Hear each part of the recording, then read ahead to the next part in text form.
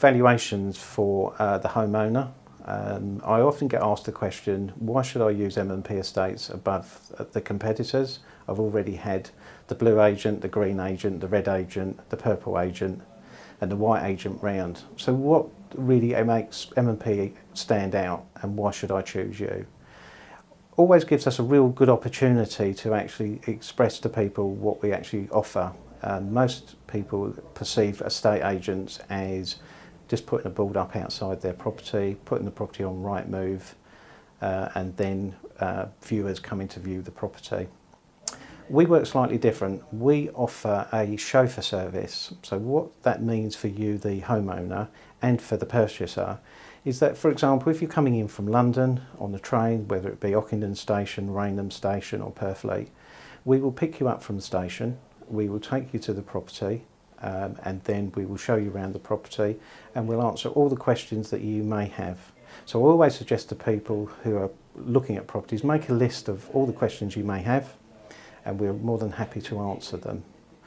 Where the homeowner is concerned, they like, our research has shown that they really like the idea of us doing the viewings for them because we're actually trained to actually get the best out of each viewing.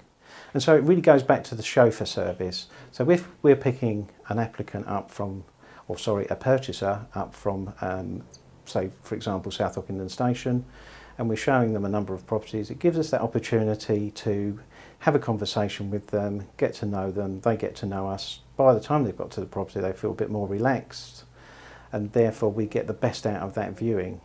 So at the end of each viewing, we would have shown the people around the property, and what we do, we actually guide them around the property. We don't allow people just to walk, we don't open the front door, and we don't let people just walk through your house. We actually guide them through the property at every opportunity, engaging in conversation with them.